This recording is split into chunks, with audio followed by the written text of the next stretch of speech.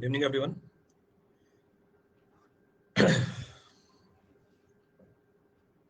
Is audio video clear for all? Audio video clear है सबके लिए? Audio video clear है?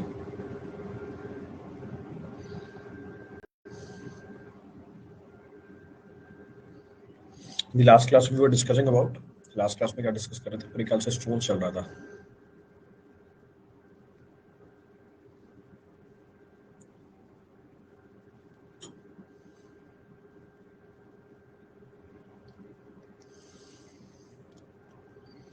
Acquiring seasoning.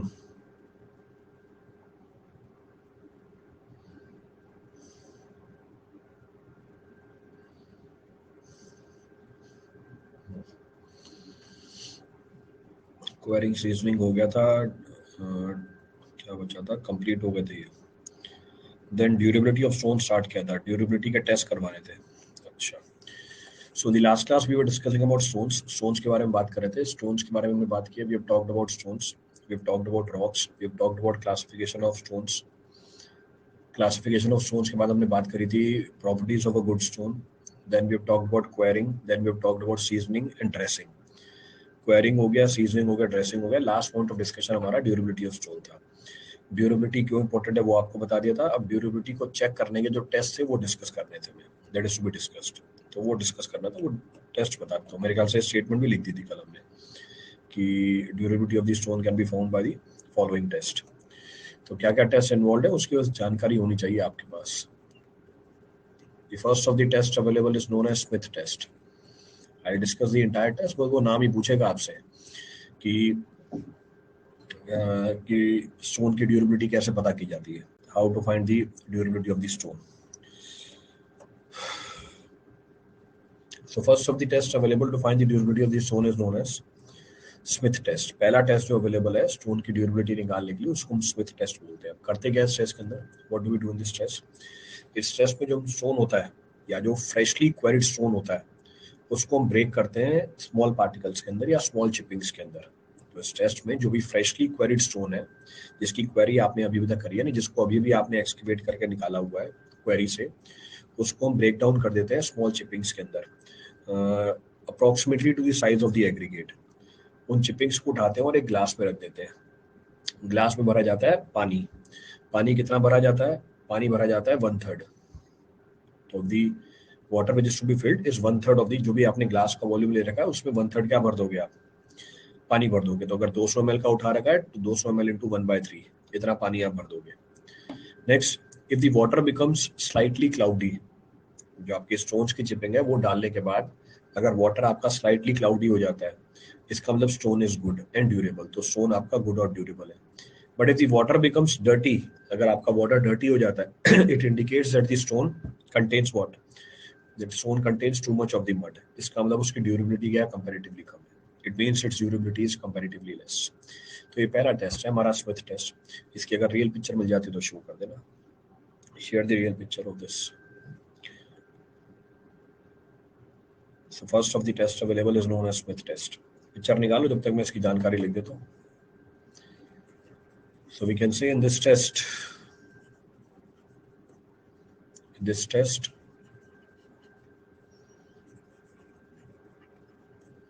break all the freshly quarried stone chippings, freshly quarried stone chippings to about the size of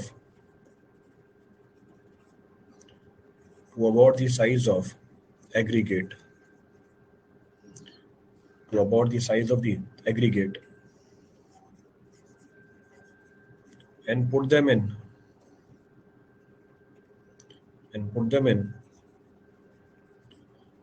glass of water,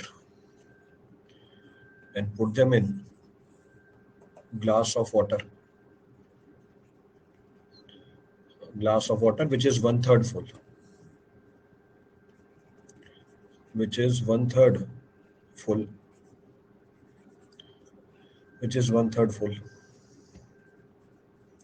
if the water becomes if the water becomes if the water becomes slightly cloudy, if the water becomes slightly cloudy, the stone is good and durable. And if it becomes and if it becomes and if it becomes dirty, if it becomes dirty, it indicates it indicates that the stone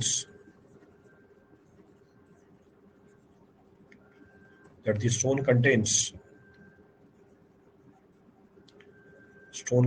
too much of the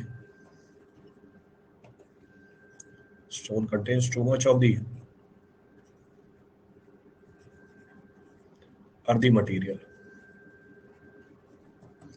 Stone contains too much of the earthy material and mineral matter.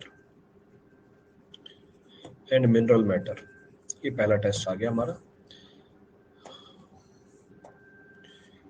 Good stone कितना water absorb करता है?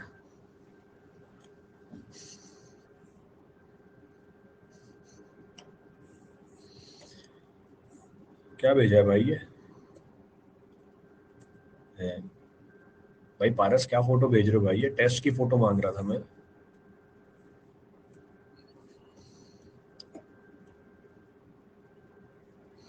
ये दूसरा आया, not more than 5%. जब ये सारी चीजें कराई जाती है क्लास में तब सोते होते हो क्या? अभी कल ये टॉपिक कराया मेरे ख्याल से, लास्ट टॉपिक कराया है कि what are the properties of good stone. उसमें एक प्रॉपर्टी लिखवाई है वाटर एब्जॉर्प्शन की. One of the property was water absorption. उसमें डिटेल में डिस्कस किया हुआ है कि एक गुड स्टोन कितना पानी एब्जॉर्ब करता है.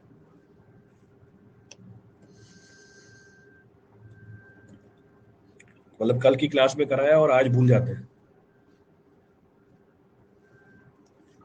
बढ़िया है.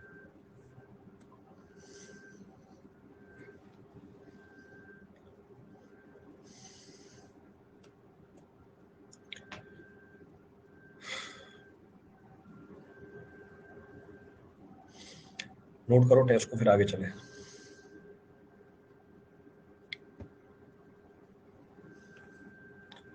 तो वो स्मिथ टेस्ट डालोगे तो वो स्टीव स्मिथ टेस्ट मैच का आ जाएगा उसका. उसमें डालो टेस्टिंग ऑफ स्टोन्स, यही उठा के डालोगे तो आ जाएगा स्टीव स्मिथ. तो Smith testing of stones for durability ये डालोगे तब आएगा. फिर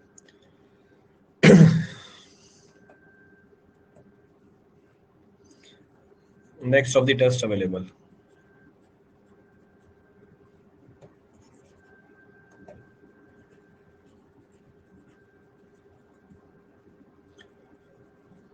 is Brad test.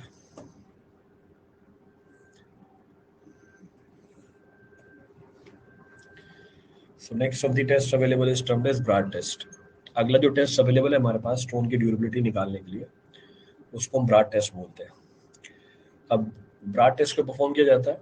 This test is performed in order to find the frost resistance of the stone.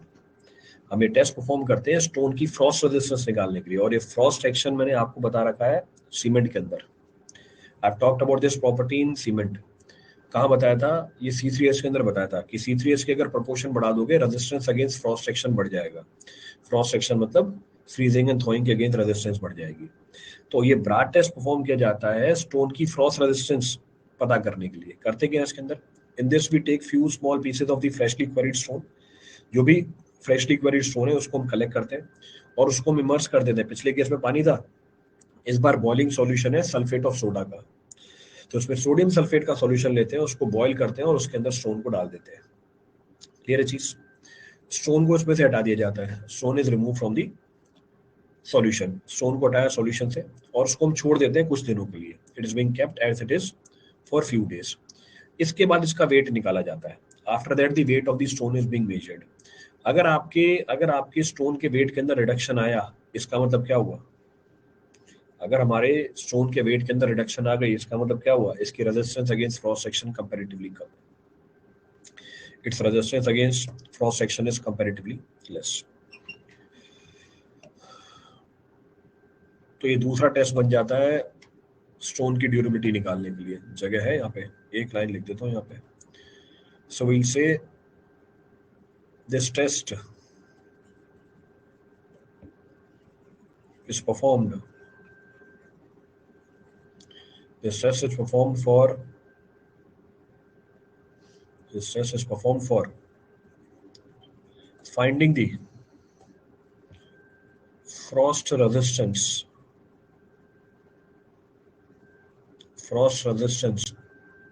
of stones. So this test is performed for finding the frost resistance of these stones. करते क्या है test के अंदर? So in this few small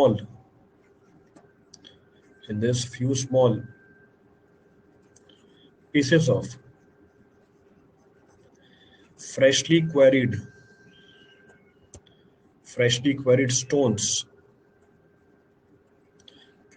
stones are immersed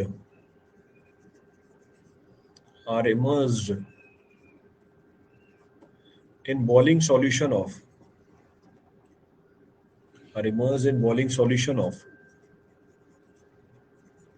sulphate of soda. इसको Glauber solution भी बोला जाता है। तो डायरेक्टली सॉल्यूशन का नाम पूछेगा, आप खूब सारे सॉल्यूशन आ गए हैं आपके पास।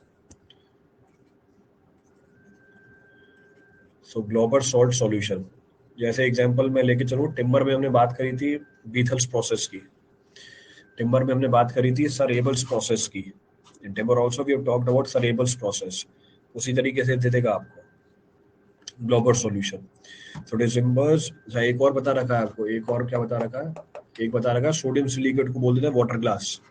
तो सोडियम सिलिकेट नहीं लिख के आपको लिख के दे देगा वाटर ग्लास। तो ये जो कॉमन नाम है इनके, वो भी आपको ध्यान रखने हैं। So in this few small pieces of the freshly quarried stones are immersed in the boiling solution of the sulfate of soda and weighed.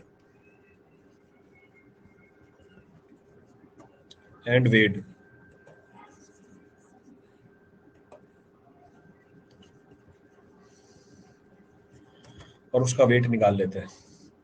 So and weighed. Next point of reference.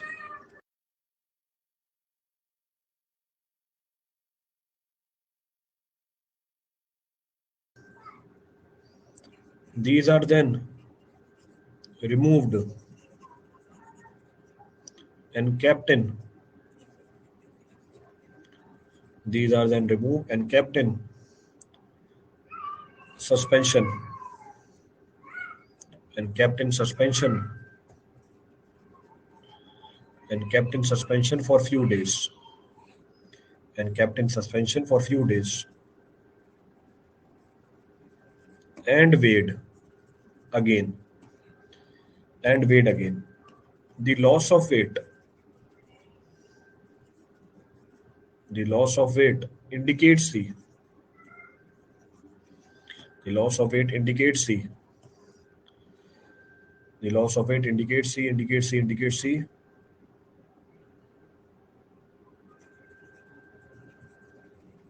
resistance against cross section।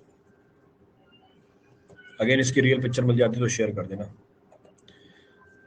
Resistance against cross section.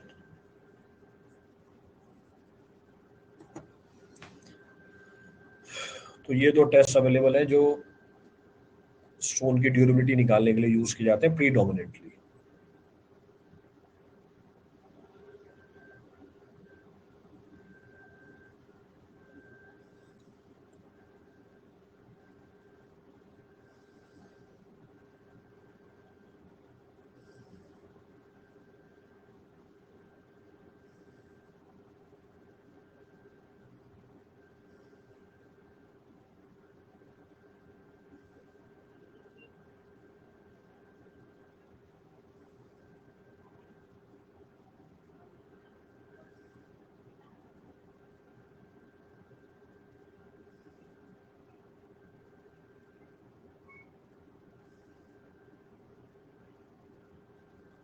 Noted, भेजा है।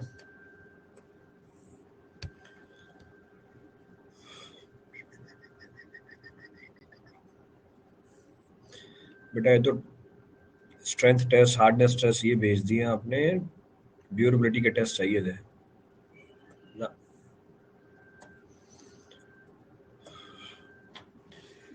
Durability का test चाहिए था, वो तो आपने loading लगा के स्ट्रेंथ टेस्ट दिखा रखी है।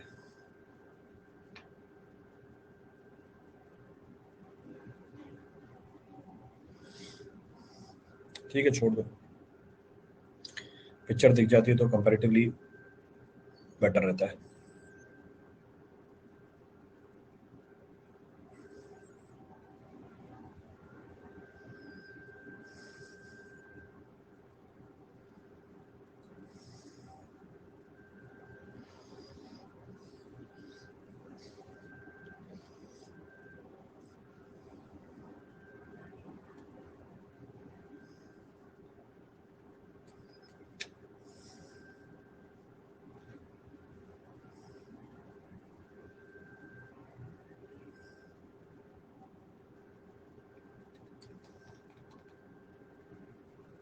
डन।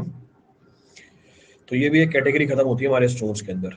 तो स्टोन्स पे हमने बात करी, उसके क्वेरिंग की, ड्रेसिंग की, सीजनिंग की, ये तो 3 ऑपरेशन हो गए उसके, दीज आर द 3 ऑपरेशंस। फिर हमने इससे पहले क्लासिफिकेशन ऑफ स्टोन्स की बात करी थी, we have talked about classification of stones, properties बताई थी गुड स्टोन की। यहाँ पर हमने बात करी उसके ड्यूरेबिलिटी की। The next of the aspect is preservation. अगला operation is preservation of stone. इसका मतलब ये 4 ऑपरेशन किसके इक्वलेंट हो गए? टिम्बर के तो इक्वलेंट है। वहां पे क्या किया था हमने?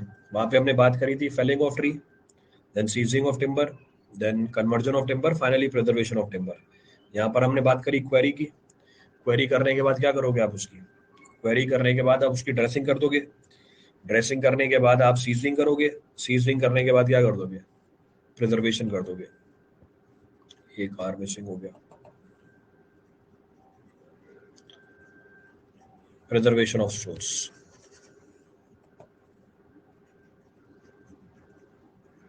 सो प्रिजर्वेशन ऑफ स्टोन्स, और ये चीज आपको कॉमन मिलेगी किसके अंदर? हर एक नेचुरल मटेरियल के अंदर। जो भी नेचुरल मटेरियल है उन सबको आपको प्रिजर्व करके रखना पड़ता है, ऑब्वियसली बात है। क्यों? क्योंकि उसकी प्रॉपर्टीज को आप मॉडिफाई तो कर नहीं सकते। अब जो भी प्रॉपर्टी है बस वो बचा के रखते हैं। whatever properties are there we try to protect it or preserve it। Same उसी लॉजिक पे क्या आ गया? प्रिजर्वेशन ऑफ स्टोन्स आ गया। तो टेंडेंसी रहती है स्टोन्स में हमेशा क्या करने की? डिके करने की।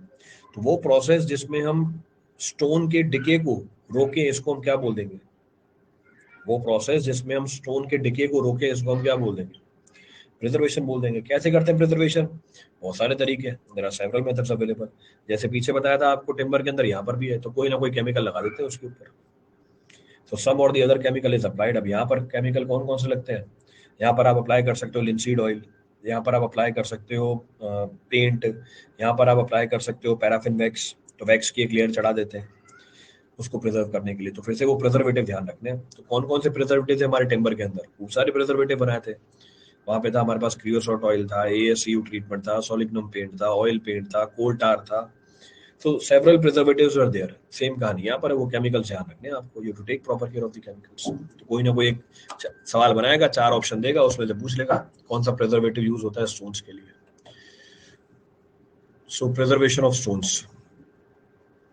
So first point says that preservation of stones, preservation of stones is essential. Preservation of stone is essential. Preservation of the stone is essential. Is essential to prevent. Is essential to prevent its decay. Is essential to prevent its decay. Next point says, अगला point बोल रहा है different type of stones,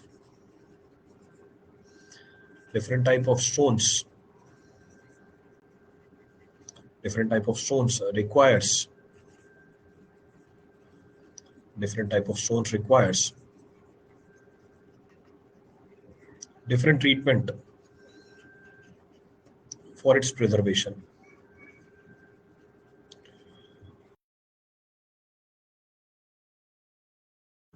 Different type of stones require different treatment for its preservation. तो अलग अलग stone को अलग अलग ट्रीटमेंट चाहिए होती है उसके प्रिजर्वेशन के लिए. ठीक है. So different type of stone require different treatment for its preservation. Next point क्या बोल रहा है? In general, stones should be. In general, stones should be preserved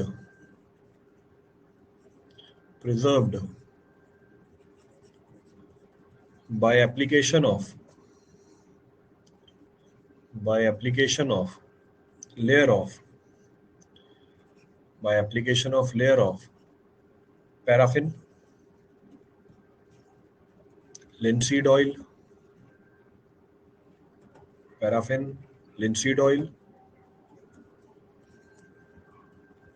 paint, etc. Clear है? तो ये बात भी समझ में आ जाती है. अच्छा, ये सारी की सारी जो लेयर आपने अप्लाई करी टिम्बर के अंदर, तो क्या करते थे प्रिजर्वेटिव? उसके वॉइड्स के अंदर चले जाते थे. इनफैक्ट आपने प्रॉपर्टी भी लिखी थी वहां पे, property of a good preservative. एक प्रॉपर्टी लिखा थी, it should penetrate deep inside the timber section. हमारा जो प्रिजर्वेटिव है वो टिम्बर के अंदर पेनिट्रेट हो जाना चाहिए ताकि वो ज्यादा टाइम तक रिटेन रहे. यहाँ पे हम बात कर रहे हैं किसकी? स्टोन की. यहाँ पे तो बात कर रहे हैं स्टोन की. कोई क्या नहीं मिलेगी आपको, कोई पेनिट्रेशन नहीं मिलेगी. इसका मतलब ये जो भी लेयर लगाओगे आप प्रिजर्वेटिव की, टाइम के साथ क्या कर जाएंगे? टाइम के साथ वॉश अवे कर जाएंगे. आपको दोबारा क्या करना पड़ेगा? दोबारा अप्लाई करना पड़ जाएगा. You to apply this repeatedly. तो ये मेंटेनेंस वर्क रिपीटेडली किया जाता है, कोई बड़ी बात नहीं है. अच्छा, जहां पर स्टोन कांटेक्ट में आए, लेट सपोज केमिकल्स के, तो एटमॉस्फेयर में केमिकल्स ज्यादा है, वहां पे प्रिजर्वेशन करने की रेट या फ्रीक्वेंसी क्या कर जाएगी? वहां पे प्रिजर्वेशन करने की रेट या फ्रीक्वेंसी क्या कर जाएगी? बढ़ जाएगी. जैसे एग्जांपल इंडस्ट्रियल एरिया. अब इंडस्ट्रियल एरिया, फ्यूम्स निकल रही होती हैं, केमिकल्स निकल रहे होते हैं, वो कांटेक्ट में आएंगे स्टोन के, ड्यूरेबिलिटी बहुत सिग्निफिकेंटली कम हो जाएगी. तो इन जगहों पे या तो प्रिजर्वेटिव चेंज करो जिसकी इफेक्टिवनेस ज्यादा है, या अगर यही वाले प्रिजर्वेटिव यूज कर रहे हो आपको फ्रीक्वेंटली अप्लाई करने पड़ जाएंगे. You to apply it frequently. तो नेक्स्ट पॉइंट मेंशन कर देते हैं. सो वी कैन से इन, ये कॉमन सवाल है, बहुत बार पूछता है ये. So in industrial town,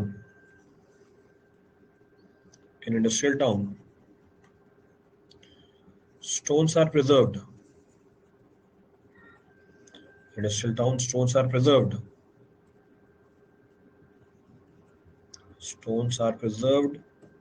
By application of solution of barium hydrate. By application of solution of barium hydrate, bracket में डाल दिया, also termed as baryta solution.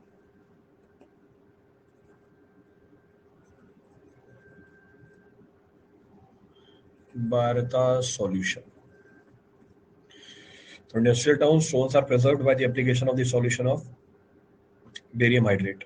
तो कैसे काम करता है बेरियम हाइड्रेट? तो बेरियम हाइड्रेट रिएक्ट कर जाती है कैल्शियम सल्फेट के साथ. So barium hydrate reacts with the calcium sulphate. Calcium sulphate कहाँ प्रेजेंट है? स्टोन के ऊपर ही प्रेजेंट होती है. So it is deposited over the stones. क्या बनेगा इससे? It leads to the formation of barium sulphate. Layer बनी बेरियम सल्फेट की, along with what? Along with calcium hydroxide. साथ में क्या बन जाएगा? कैल्शियम हाइड्रोक्साइड की लेयर बन जाएगी. क्लियर चीज? अभी जो कैल्शियम हाइड्रोक्साइड की लेयर बन जाती है ये एब्जॉर्ब करती है कार्बन डाइऑक्साइड. अब तो पता ही है आपको पूरी कहानी इसकी. तो कैल्शियम हाइड्रोक्साइड की लाइन में जितना जल्दी हो सके इसको यूज कर लो, क्योंकि इसकी एफिनिटी कार्बन डाइऑक्साइड के लिए क्या होती है? बहुत ज्यादा होती है. और रिएक्ट करके क्या बना लेता है? कैल्शियम कार्बोनेट की प्रेसिपिटेट बना लेते हैं, ये तो पता ही है हमें। तो ये लेयर बन जाती है कैल्शियम कार्बोनेट की हमारे स्टोन के ऊपर, जो उसकी प्रिजर्वेशन कराता है।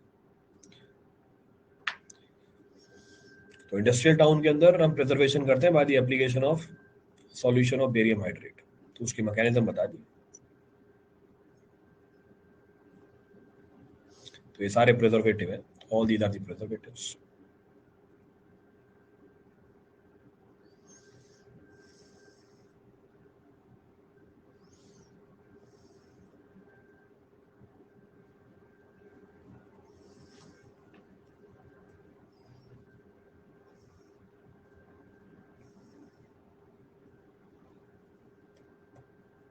फोटो भी दिखा दीजिए। फोटो भाई कोई शेयर करता है, आप दिखा दो फोटो, मैं थोड़ी दिखाता हूँ फोटो, आप लोग ही दिखाते हो फोटो। तो दिखा दो भाई फोटो, किसकी फोटो देखनी है?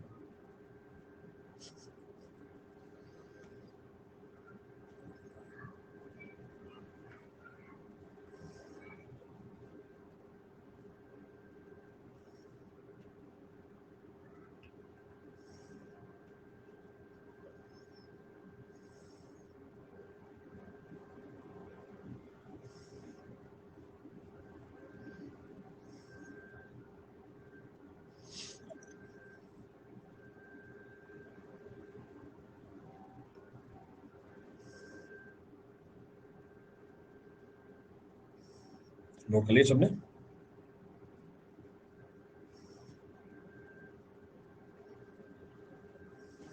Noted. So this completes your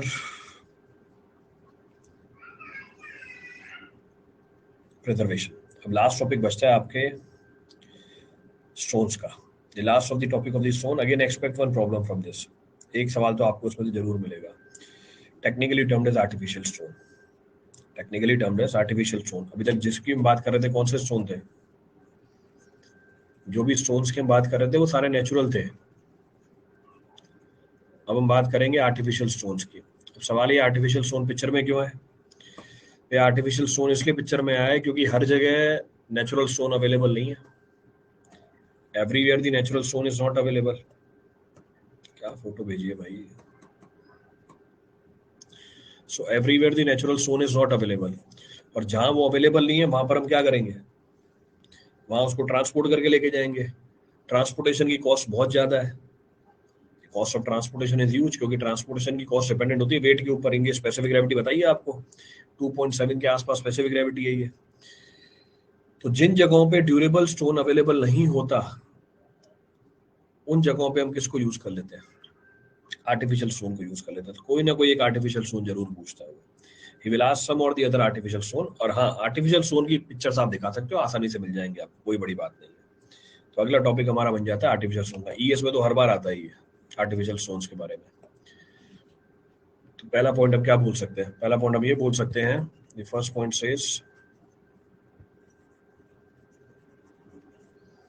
where durable stones where durable stones are not available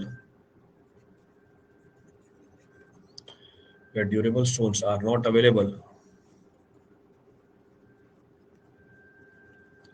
durable stones are not available at reasonable cost at reasonable cost artificial stones इनको कास्ट स्टोन्स भी बोलते हैं। Artificial stones और cast stones are used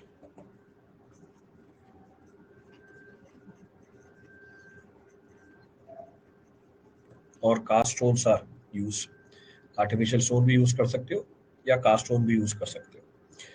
बनाते कैसे हैं? वही जो रॉ मटेरियल है उससे बनाते हैं। ये सीमेंट यूज कर लेंगे, सैंड यूज कर लेंगे, वही सारी चीजें यूज होती हैं इसको बनाने के अंदर भी। So we can say these stones are prepared these stones are prepared these stones are prepared these stones are prepared with cement these stones are prepared with cement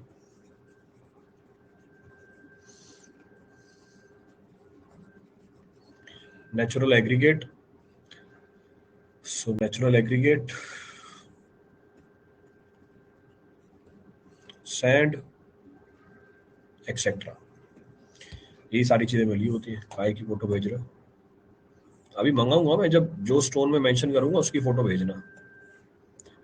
जो स्टोन हम डिस्कस करेंगे उसकी फोटो भेजते जाना topic के साथ साथ। Next, कुछ significant artificial stone. So will से some of the artificial stones are as follows. Some of the artificial stones are as follows. कुछ आर्टिफिशियल स्टोन्स हमारे पास अवेलेबल है। कौन कौन से आर्टिफिशियल स्टोन अवेलेबल है हमारे पास? पहला, सेम जो स्टेटमेंट लिख के दूंगा वही सवाल में लिखी हुई मिलेगी आपको, एक चीज इधर से उधर नहीं होती। First is artificial stone is garlic stone. The first of the artificial stone is termed as garlic stone. अभी garlic stone कैसे बनाया जाता है? This garlic stone is produced by molding iron slag. अब iron slag क्या होती है? What is being termed as iron slag? जब आयरन को एक्सट्रैक्ट किया जाता है, जब आयरन को एक्सट्रैक्ट किया जाता है अपनी ओर में से, फर्नेस के अंदर उसकी ओर को हीट करते हैं, तो आयरन ओर, बॉक्साइट, उसको हीट किया जाता है। आयरन तो मिल जाता है हमें, आयरन मिल गया, लास्ट में जो रेसिड्यू बच जाता है उसको क्या बोल देते हैं? स्लैग बोल देते हैं। That is technically termed as slag. तो जो आयरन की स्लैग है और पोर्टलैंड सीमेंट है उसको मिला के गार्लिक स्टोन बनाई जाती है। तो यही लिख के देगा आपको कि which of the following artificial stone is prepared by mixing iron slag and Portland cement.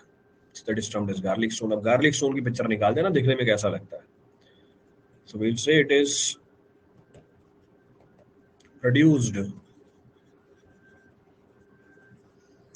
produced by molding. It is produced by molding of iron slag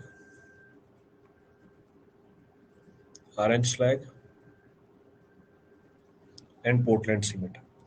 So it is produced by the molding of iron slag and Portland cement. Next point of reference. These are used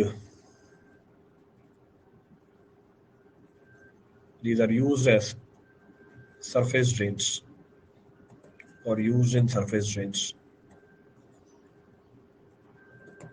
इसकी picture निकाल के भेज दो। These are used in surface drains. तो surface के ऊपर जो drain बनी होती है उसके ऊपर इस पत्थर को लगाया जाता है। रेजिस्टेंस अगेंस्ट केमिकल्स एसिड ज्यादा होती है।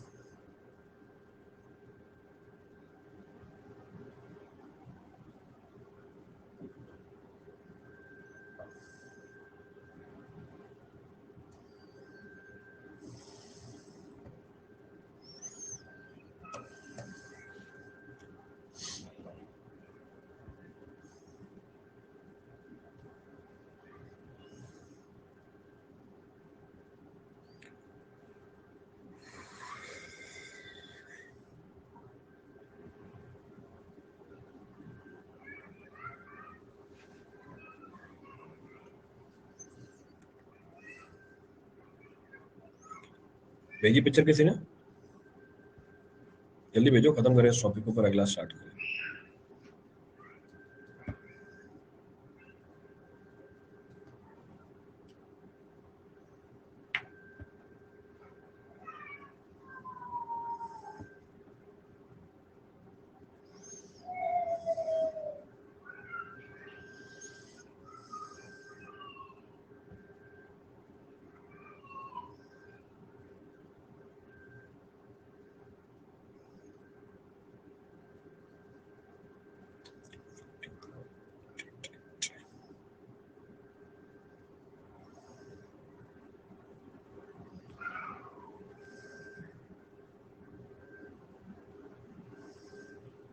डन तो है, पिक्चर का भेजिए।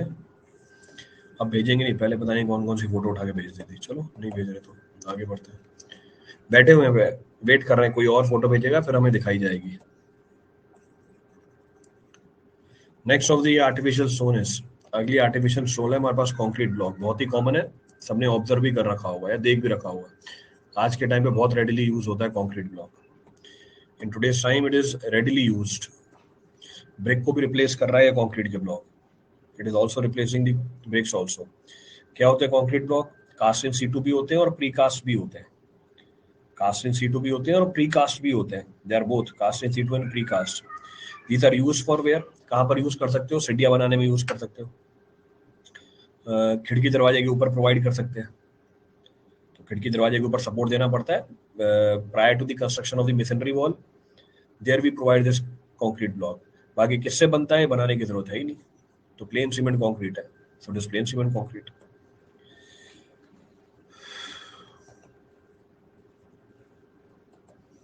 So we'll say these are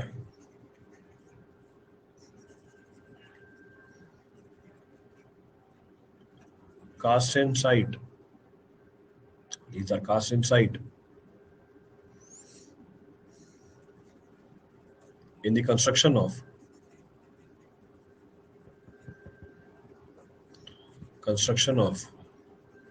piers, or are used for steps, windows, doors, etc. इन सारी जगहों पे यूज कर सकते हो। स्टेप्स में यूज कर सकते हो, डोर्स में यूज कर सकते हो, विंडोज में यूज कर सकते हो। ये दूसरा आर्टिफिशियल स्टोन आ गया। This is second artificial stone. Next of the artificial stone, third of the artificial stone is, तीसरी आर्टिफिशियल स्टोन है हमारे पास रैंसम स्टोन। ये भी खूब बार पूछी हुई है। So next of the artificial stone is ransom stone. अब ये कैसे बनती है ransom stone? This ransom stone is prepared by mixing sodium silicate with the cement. तो सोडियम सिलिकेट के सॉल्यूशन को अभी बोला भी था, सोडियम सिलिकेट। इसका दूसरा नाम क्या था? Sodium silicate also termed as water glass. बहुत जगहों पे यूज होता है वाटर ग्लास। इससे पहले और कहाँ पे बताया सोडियम सिलिकेट मैंने आपको? इससे पहले मैंने आपको ये सोडियम सिलिकेट बताया क्यूरिंग के अंदर। I've talked about sodium silicate in curing of concrete also. Curing of concrete में एक तरीका आया था हमारे पास, कौन सा? One of the method of curing was what? एक तरीका क्यूरिंग करने का क्या होता है? By application of what? By application of layer. Impermeable layer लगा देते हैं कंक्रीट के ऊपर, और वो इम्परमेबल लेयर किसकी लगाई जाती है? सोडियम सिलिकेट भी लगाई जाती है। तो एक ऑप्शन वहां बताया था आपको सोडियम सिलिकेट का। So will say these stones are prepared, these stones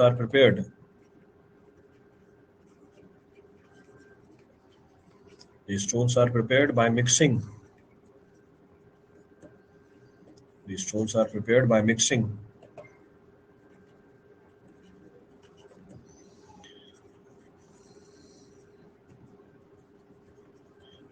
soda silicate. By mixing soda silicate with cement to provide decorative flooring.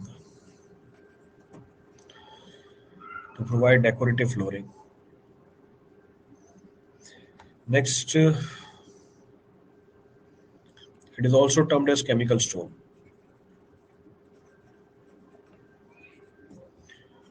It is also termed as chemical stone. इसको chemical stone भी बोला जाता है.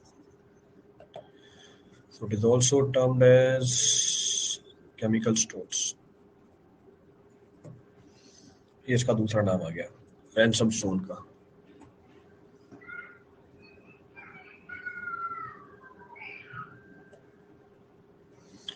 Concrete के block भी आ गए।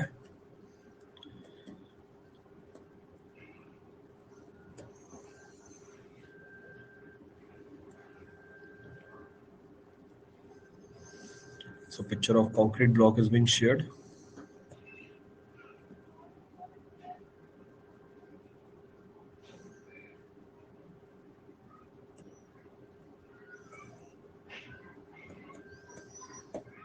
बाकी किसी काम का नहीं है।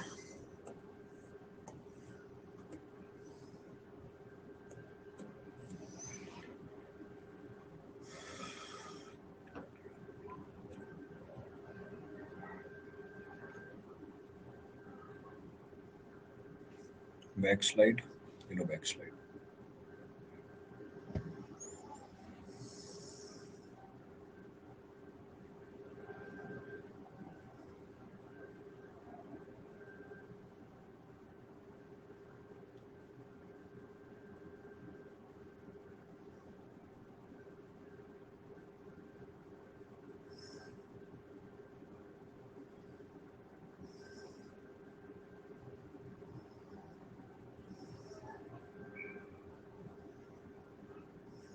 Noted,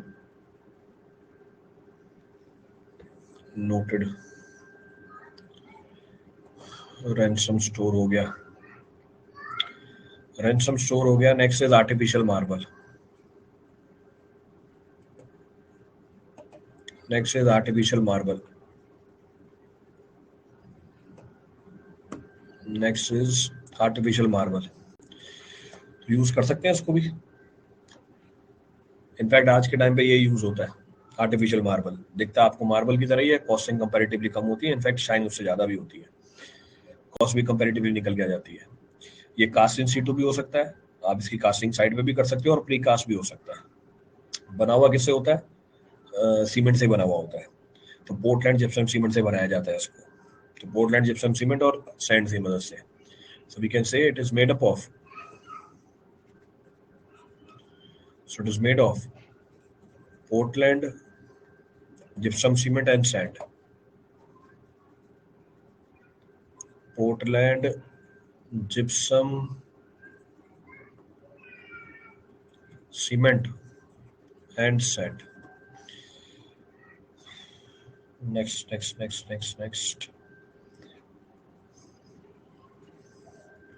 It can be cast in situ.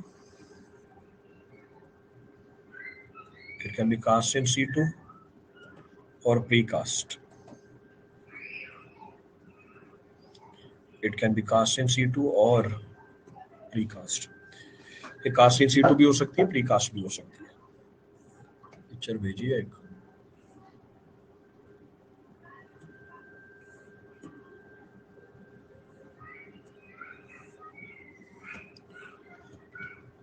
तो एक पिक्चर आई है रैंसम स्टोन की।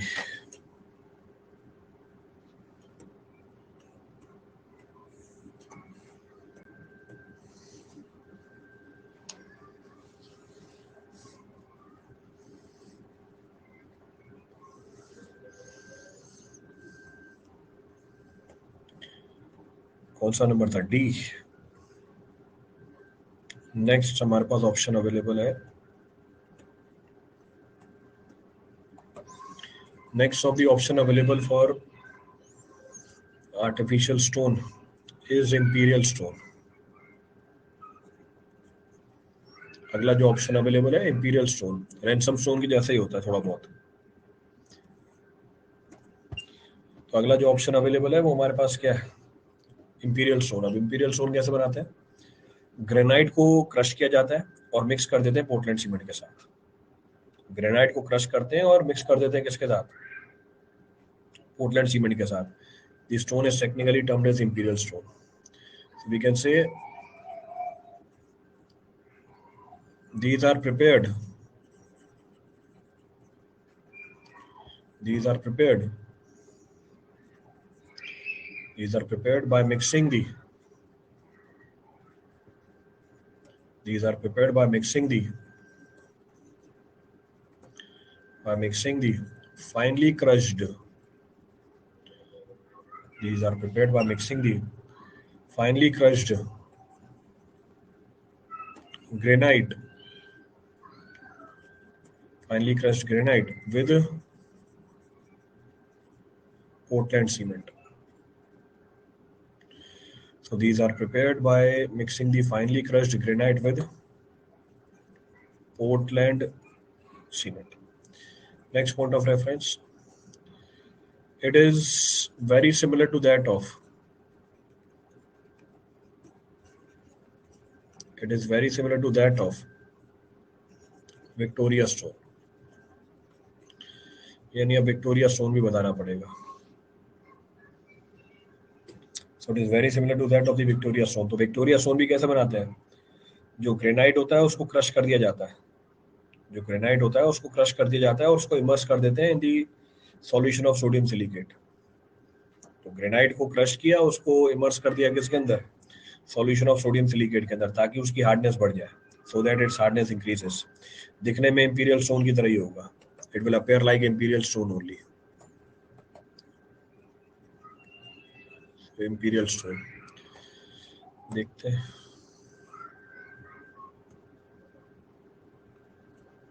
लो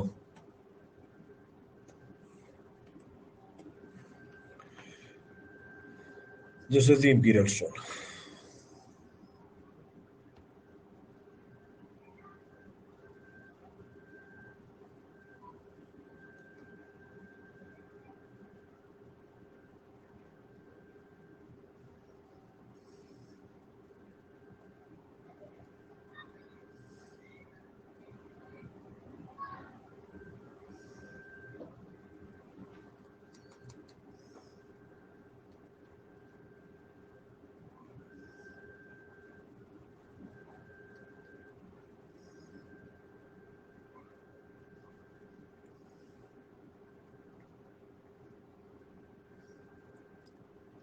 done,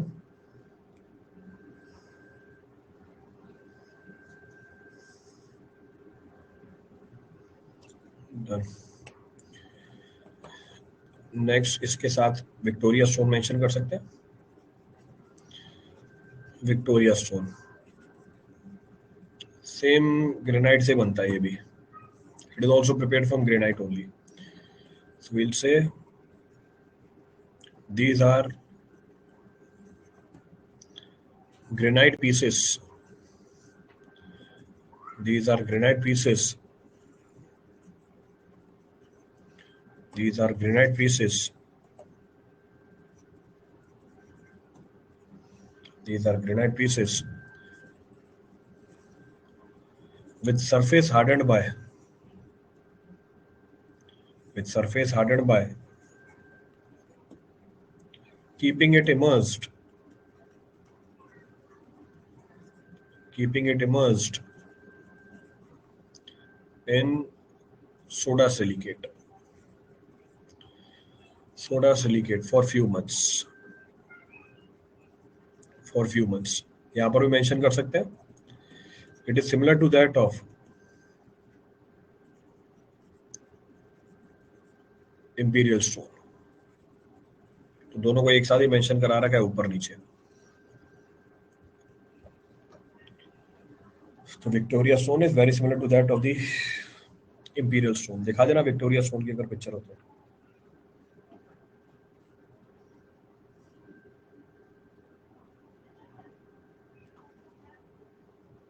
So these are different types of artificial stones which are available।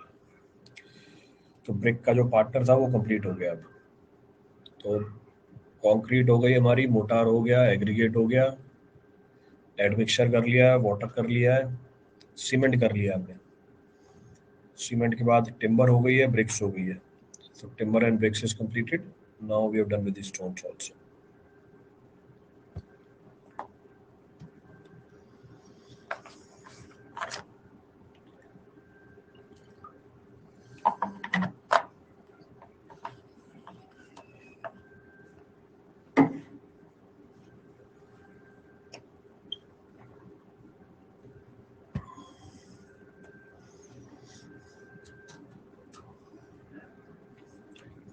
Note कर लिया सबने? पिक्चर है किसी की विक्टोरिया स्टोन की किसी के पास?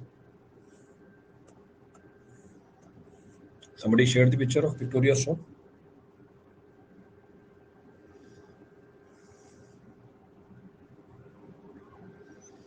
नहीं है, नहीं है तो फिर आगे बढ़ते हैं। So we'll continue। अगर कभी आएगी तो पिक्चर शेयर कर दूंगा। If somebody will share the picture, I'll show it to you। तब तक के लिए आगे बढ़ते हैं।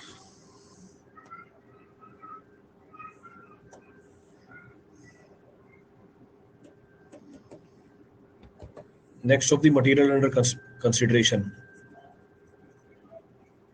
is steel। अगला जो मटेरियल अंडर कंसिडरेशन है इस टर्म्ड स्टील। ये टिम्बर के साथ चलता है, it moves along with the timber. Timber जैसे हमारा नेचुरल बिल्डिंग मटेरियल था, ये हमारा आर्टिफिशियल बिल्डिंग मटेरियल है। It is artificial building material. जो भी ड्रॉबैक्स थी टिम्बर के अंदर वो हमने ओवरकम करने की कोशिश करी किसमें, स्टील के अंदर। पहले भी डिस्कस किया मैंने इस पॉइंट को, I discuss this point earlier also, कि टिम्बर के अंदर बहुत सारी ड्रॉबैक है, उसको हमने ओवरकम करा है by the use of the steel. तो पहले के टाइम पे टिम्बर यूज होता था, या टिम्बर यूज होता था, स्टोन यूज होता था, ये दो चीजें यूज होती थी, क्योंकि नेचुरली यही अवेलेबल है। टिम्बर है, स्टोन है, बाइंडिंग के लिए किसको यूज कर लेते थे, टिम्बर है, स्टोन है, बाइंडिंग के लिए यूज कर लेते थे किसको, लाइम को। तो for binding lime was being used, तो यही चलते रहते थे मटेरियल। आज के टाइम पे हम टिम्बर की जगह किसको यूज कर रहे हैं, स्टील को यूज कर रहे हैं। अब ये स्टील कौन सी मटेरियल की कैटेगरी में आता है, ये मेटालिक मटेरियल की कैटेगरी में आता है। It falls in the category of what, metallic material. अब जितने भी मेटालिक मटेरियल है हमारे पास, whatever metallic materials are there, जैसे एग्जांपल हो गया आयरन है हमारे पास, ब्रॉन्ज है, एल्यूमिनियम है, कॉपर है, so many metallic materials are there. Out of all the metallic materials, out of all the metallic materials, it is the most suitable building material. Clear है? So out of all the metallic materials, it is the most suitable. You can say most versatile. Versatile भी बोल सकते हो, या most suitable भी बोल सकते हो। वैसा क्यों है? रीजन बिंग, जो भी प्रॉपर्टी हमें चाहिए सारी अवेलेबल है इसके अंदर। या आप ऐसे भी बोल सकते हो, जो भी प्रॉपर्टी हमें चाहिए वो उसमें में से क्या कर सकते हैं, इंड्यूस करा सकते हैं। Whatever properties are required by us in a particular construction can be induced in it. अब कैसे इंड्यूस करा सकते हैं? तीन तरीके इंड्यूस कराने के, और वो तीन तरीके में ही स्टील खत्म हो जाता है। मतलब तीन ब्रॉड एस्पेक्ट बता रहा हूँ कि जो भी प्रॉपर्टी हमें चाहिए वो उसमें कैसे इंड्यूस कराते हैं, तीन तरीकों से। पहला, हम इसमें परसेंटेज कार्बन चेंज कर देते हैं, we change the percentage carbon. और ये बात आपने अपने स्टील स्ट्रक्चर में भी कर रही होगी, सोम में भी करी होगी, दोनों के पहले पहले चैप्टर में आता ही है स्टील, वहाँ पे परसेंटेज कार्बन के बारे में आपको जानकारी दी जाती है। तो मैं परसेंटेज कार्बन को चेंज करके स्टील के अंदर डिजायरेबल प्रॉपर्टी को इंपार्ट करा सकता हूँ। दूसरा है हीट ट्रीटमेंट। दूसरा है हीट ट्रीटमेंट। हम स्टील के ऊपर अलग अलग तरह की हीट ट्रीटमेंट देके डिजायरेबल प्रॉपर्टी को इंपार्ट करा सकते हैं। तो हम बात करेंगे हीट ट्रीटमेंट की। तो मैं पहले एस्पेक्ट में बात करूंगा परसेंटेज कार्बन की, दूसरे में बात करूंगा हीट ट्रीटमेंट की। तीसरा तरीका, इसमें कोई दूसरा मेटल मिला दो। इसमें कोई दूसरा मेटल मिला दिया जिसको हम टेक्निकली बोल देते हैं अलॉय, जिसको हम टेक्निकली बोल देंगे अलॉय। तो अलॉय स्टील, तो इसके पास वो प्रॉपर्टी नहीं थी, वो प्रॉपर्टी हमने दूसरा मेटल मिलवा के इंड्यूस करा दी, टेक्निकली उसको अलॉय बोल देंगे। तो ये तीन चीजें चलती हैं स्टील के अंदर कि भैया परसेंटेज कार्बन की वेरिएशन के हिसाब से प्रॉपर्टी बता दो, दूसरा कौन से हीट ट्रीटमेंट होते हैं वो बता दो, और इसमें अलॉय स्टील कौन सा है। So these are the three aspect that will be talking about in the steel. बाकी ब्रॉडली आपको एक जानकारी दे दी है, ब्रॉडली इंफॉर्मेशन है एवरीवन। तो पहला पॉइंट हमने क्या मेंशन किया, पहला पॉइंट बोलता है steel is the most suitable, steel is the most suitable building material. Steel is the most suitable building material amongst all the metallic material. Amongst all the metallic material. तो ये सबसे suitable building material है amongst all the metallic material. Next point of reference. Next point says desirable properties. Desirable properties can be induced. Desirable properties can be induced in the steel. कैसे? By changing the percentage carbon, subjecting it to different types of heat treatment, subjecting it to different types of heat treatment,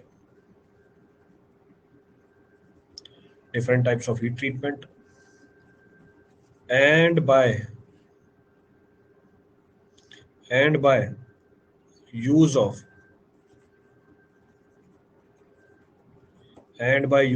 alloying element,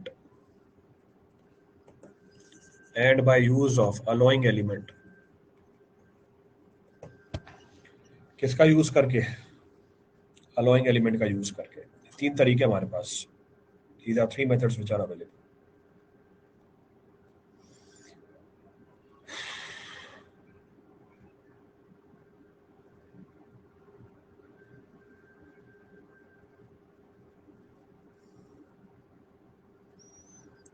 clear है पूरी कहानी?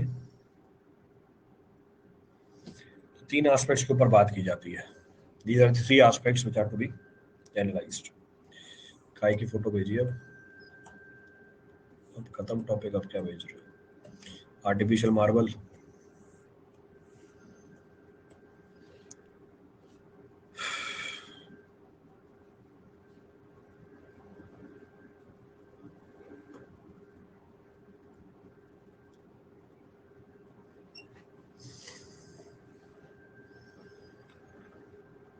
Note कर लो फटाफट।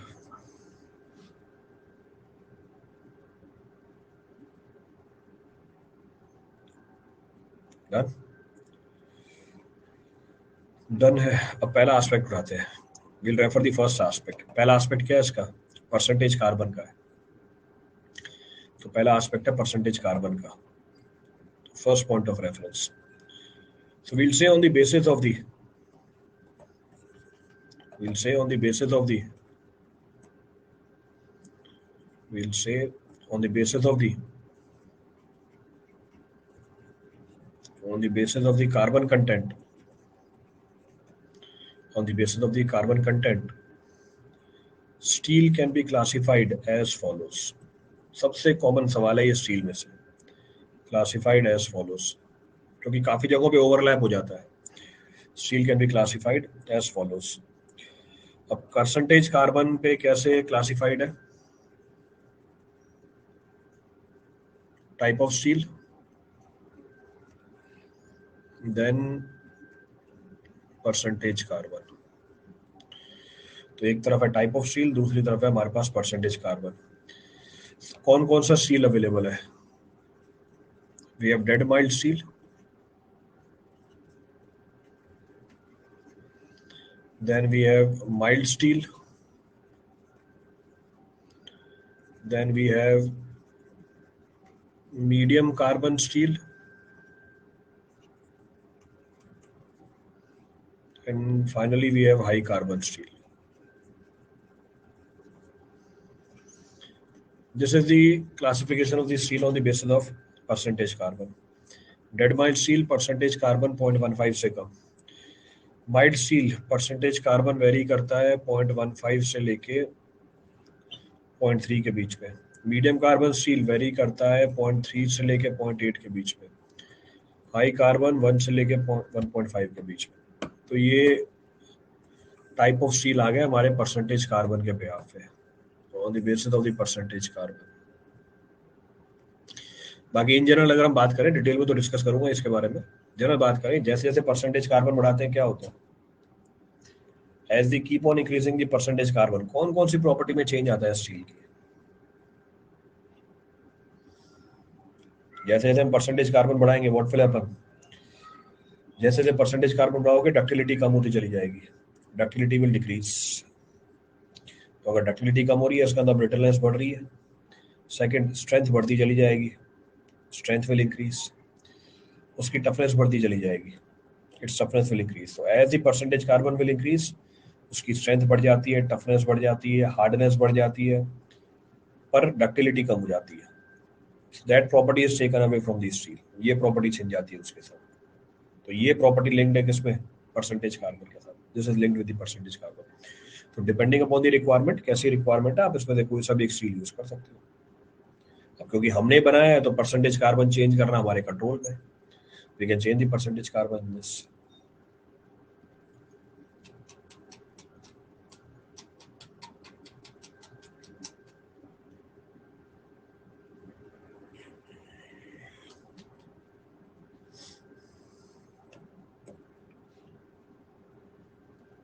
Clear है?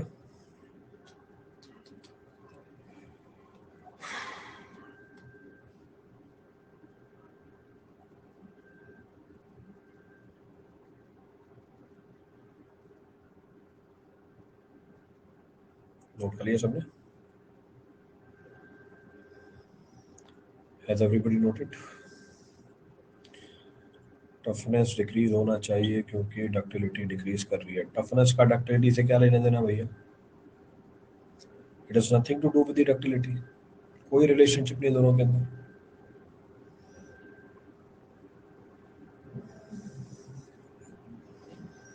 तो toughness का ductility से क्या लेना देना? आप बस ये बोल सकते हो अगर डक्टिलिटी डिक्रीज कर रही है तो ब्रिटलनेस बढ़ रही है। यही दो प्रॉपर्टी एनालॉगस है और एक दूसरे के अपोजिट है। These two properties are analogous, or you can say opposite of each other. You cannot relate it with the toughness of the material.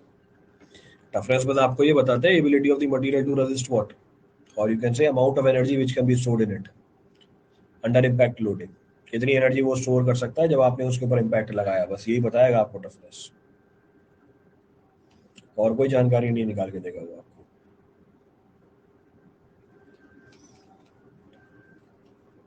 तो कोई रिलेशनशिप निकाल के मत बैठ जाना उनके बीच में। तो डक्टिलिटी को आप रिलेट कर सकते हो ब्रिटलनेस के साथ। नेक्स्ट, इलास्टिसिटी को आप रिलेट कर सकते हो प्लास्टिसिटी के साथ। Elasticity can be linked with the plasticity. बस यही प्रॉपर्टीज हैं जो एक दूसरे के अपोजिट है या एक दूसरे के साथ चलती है। बाकी इनमें आपस में इंटर रिलेशनशिप नहीं होती।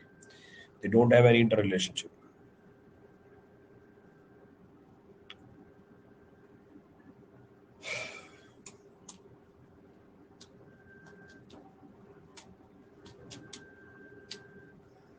नोट कर लिया सबने?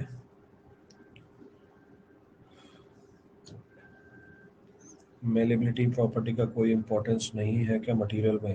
क्यों नहीं भैया? मेलेबिलिटी हमारे में जरूरत नहीं है ना मेलेबिलिटी की। Malleability is the property of the material by which or by the virtue of which it is or by the virtue of which we are able to draw it into thin sheets. कि मेरे को वो property से लेने देना नहीं है ना, इसलिए हम बात नहीं करते उसकी। तो हम उसी चीज की बात करते हैं ना जो हमसे रिलेटेड है। अब जिनको मेलेबिलिटी की इंपॉर्टेंस है वो बात नहीं करेंगे इलास्टिसिटी की, they'll not talk about elasticity. तो इसका मतलब ये थोड़ी कि वो इंपॉर्टेंट नहीं है। हम सारी चीज रिस्ट्रिक्ट करके रखते हैं ना, हमारे लिए कौन सी चीज इंपॉर्टेंट है। अब आप फालतू की बातें बोलते रहते हो, पूछते रहते हो, मैं किस पे रुका रहता हूँ? मैं अपने चीज पे रुका रहता हूँ कि नहीं भाई यही चीज है बस। सेम कहानी।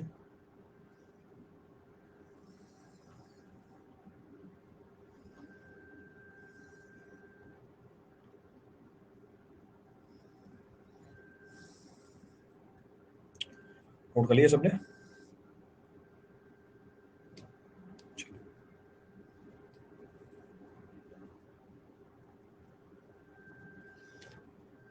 बाकी कल करते हैं।